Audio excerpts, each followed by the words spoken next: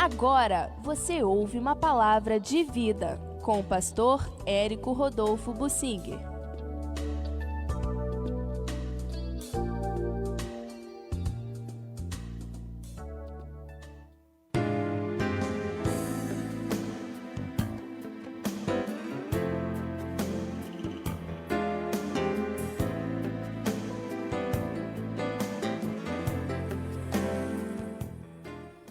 Estar de pé ou cair depende só do cristão. Eu quero ler em 1 Coríntios, no capítulo 10, o que o apóstolo Paulo escreveu nos versículos 12 e 13.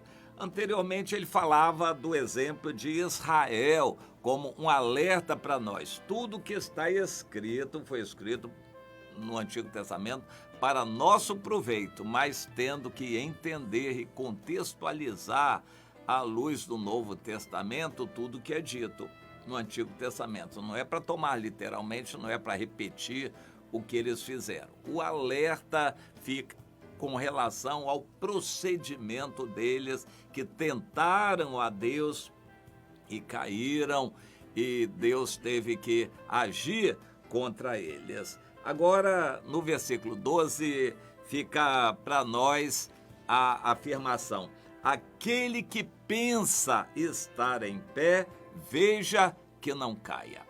É uma exortação. Se você pensa que está em pé, firme no Senhor, então tome cuidado para não cair. Só cai quem está em pé. Quem já está no chão não cai mais. Do chão não passa, diz o ditado. A pessoa que cai é quem está em pé. O diabo tenta fazer cair quem está em pé.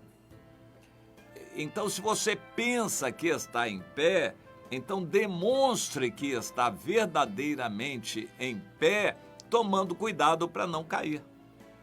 Claro que essa é uma figura física, humana.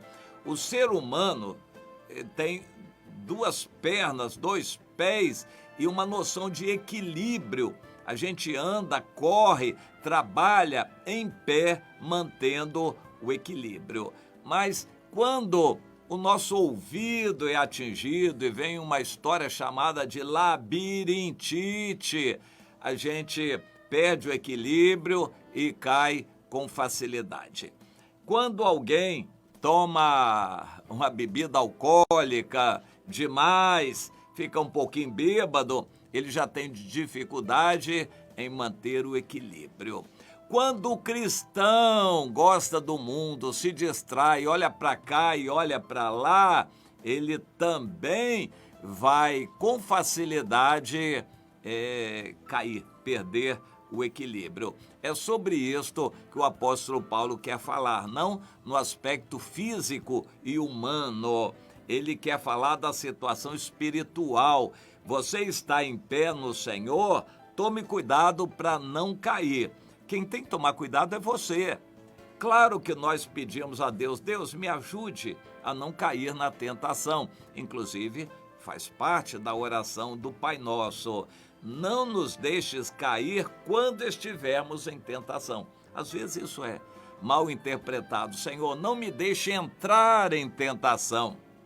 Não me deixe cair em tentação no sentido de não me deixe entrar em tentação. Está errado. Não é isso que a oração do Pai Nosso quer dizer. Jesus quis nos ensinar a dependermos de Deus. Senhor, me ajude, não me deixe cair quando eu estiver em tentação. É nesse sentido. E a gente pede ajuda de Deus, mas a iniciativa é nossa. Sou eu que tenho que ter o desejo de não cair, me esforçar por manter o equilíbrio espiritual para não cair. Há pessoas que perdem a sobriedade e descambam para um radicalismo, de um jeito ou de outro. Uns para o intelectualismo e desprezam o Espírito Santo. Nem sequer consideram em profecias, não se deixam ser exortados, eles se baseiam no intelectualismo e acabam caindo da fé. Mas há outros que são radicais, que desprezam a Bíblia e acham que o Espírito Santo revela tudo, que em oração eles podem tudo e em oração eles fazem e acontecem. Eles caem para o outro lado, nos escândalos, eles caem no radicalismo, no fanatismo e acabam dando mau testemunho, escandalizando outros e fazendo pessoas se afastarem do evangelho por causa deles, pelo radicalismo, fanatismo deles. É falta de equilíbrio. A exortação é que cada um se mantenha equilibrado. Meu irmão, seja submisso, não seja dono do seu nariz, escute conselhos, busque a bênção de alguém que represente a autoridade de Deus na sua vida, mas também não se dê à acomodação do intelectualismo ou do fundamentalismo. O fundamentalismo, no meu entender, é um intelectualismo com a Bíblia na mão. A pessoa lê para cá e lê para lá, decora a Bíblia e ele acha que ele sabe tudo porque ele conhece muito a Bíblia. E tudo está baseado na interpretação particular que ele tem do texto da Bíblia. Ele julga o mundo todo, julga as pessoas de acordo com a interpretação que ele tem da Bíblia. Isto é falta de equilíbrio. Isso é um fanatismo também, um intelectualismo que leva ao fundamentalismo cristão. A exortação para a gente manter o equilíbrio, estar de pé, e o que testifica que nós estamos de pé é que nós vamos estar conscientes que podemos cair. Por isso nos mantemos humildes. Nós precisamos da ajuda dos outros, nos apoiamos nos outros, deixamos os outros nos apoiarem, mas sempre conscientes dessa situação, nunca soberbos, porque aí podemos cair. Eu vou repetir, uns caem para um lado, desprezam o Espírito Santo, acham que o fundamentalismo deles basta, e outros descambam para o fanatismo, desprezando a Bíblia, e acham que pela oração, pelo Espírito Santo, pelos dons espirituais, eles podem ter tudo. Então, o equilíbrio é fundamental. E, continuando neste assunto, o versículo 13, que também tem relação com ele, diz: não sobreveio sobre vocês tentação que não fosse humana, somente humana, mas Deus é fiel e não permitirá que sejais tentados além das vossas forças. Pelo contrário, juntamente com a tentação humana, Deus dará para vocês o livramento. Ele proverá livramento de sorte que vocês possam suportar essa tentação. Nós precisamos entender isso à luz de outros textos. Lá em Tiago, nós encontramos no capítulo 2 que ninguém é tentado por Deus. Deus não tenta ninguém.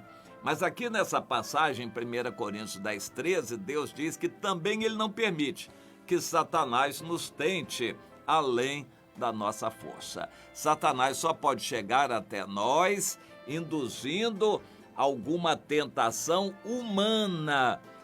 Ninguém é tentado além das suas forças.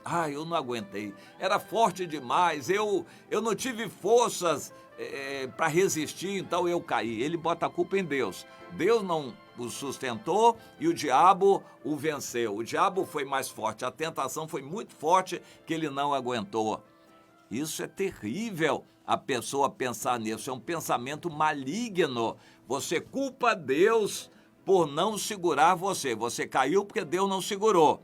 E você diz que o diabo foi muito mais forte. Você está fazendo apologia do diabo, está exaltando o diabo, que ele foi mais forte. E Deus diz, se você estiver nesse pensamento, você está mal, porque Deus é fiel não permite que sejamos tentados sobrenaturalmente. Deus não permite que a tentação seja espiritual, uma tentação além das nossas forças. Ele só permite que sejamos tentados no limite das nossas forças e que possamos suportar. E quando não suportamos e caímos, não é porque a força da tentação é mais forte do que nós, é porque fomos sem vergonhas mesmo. Nós quisemos cair. É isso que Deus quer dizer. Meu irmão, quando você pecar, não bote a culpa na Eva, na serpente, no diabo. Você é o culpado pelo seu pecado. Ah, mas eu não consegui resistir, a tentação era forte. Não, você que foi sem vergonha, foi fraco, você quis pecar, Deus deu o livramento. Cada um de nós pode fazer esse exercício. Em toda vez que você cair em um pecado, volte atrás, confessando o pecado, e você vai verificar que em algum momento naquele processo, Deus providenciou o livramento, mas você não quis. Empurrou o livramento para lá e caiu porque o pecado lhe era agradável na ocasião. Você pecou porque quis. Ninguém, quando pecar, diga que foi tentado por Satanás. Isto não está de acordo com a Bíblia. Você foi tentado pela sua própria cobiça, pela sua vontade de pecar. O seu coração enganoso é que fez você pecar e você é culpado pelo seu pecado. Não bote a culpa do seu pecado em ninguém. Não é governo, não é papai e mamãe, não é o irmão, não é a irmã que tentou você. Você caiu porque você quis. Você teve o livramento em algum momento. Então, vai ter que confessar o pecado se quiser ter o perdão. Confessar é dizer e com detalhes o que aconteceu, porque no confessar você vai contar o que você lembrar e o Espírito Santo vai ajudar você a lembrar desse processo da queda, e você vai verificar onde é que você teve o livramento e não quis. Você desprezou o livramento que Deus deu e continuou querendo pecar. Então não bote a culpa do seu pecado em ninguém.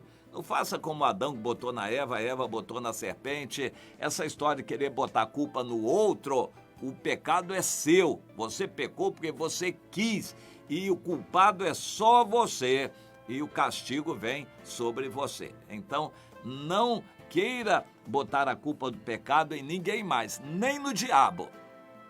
No meio pentecostal, principalmente neopentecostal, existe muito disso, botar a culpa no diabo. Se alguém está doente é porque o diabo pôs enfermidade. Se alguém caiu no pecado é porque o diabo derrubou. O diabo, eles gostam de exaltar o diabo. Para eles o diabo é tão forte quase como Deus para eles. E isso não é verdade. Se você caiu, é porque você quis cair. O livramento, Deus é fiel. Nós temos que crer. Na passagem da Bíblia, Deus é fiel.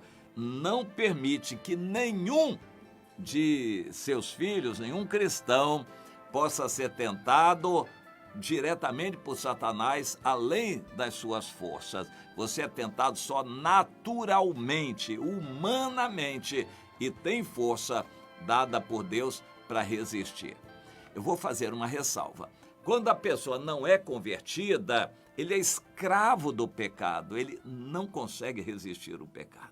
Ele não tem a força de Deus, mas quando o evangelho chega, a luz vem iluminando a pessoa, o Espírito Santo convence, ela crê, nasce de novo, recebe uma nova natureza, recebe o Espírito de Deus que vem morar nela. Esse Espírito de Deus é que vai dar força para você vencer toda a tentação. Então, depois de crente, se você pecar, a culpa não é do diabo, não é da serpente, não é de ninguém, é sua. Você caiu porque você quis. O Espírito Santo em você alertou você, quis ajudar você, só que ele não obriga.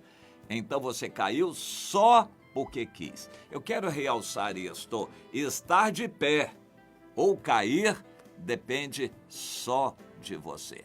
Vou repetir e encerrar. Estar de pé ou cair depende só de você.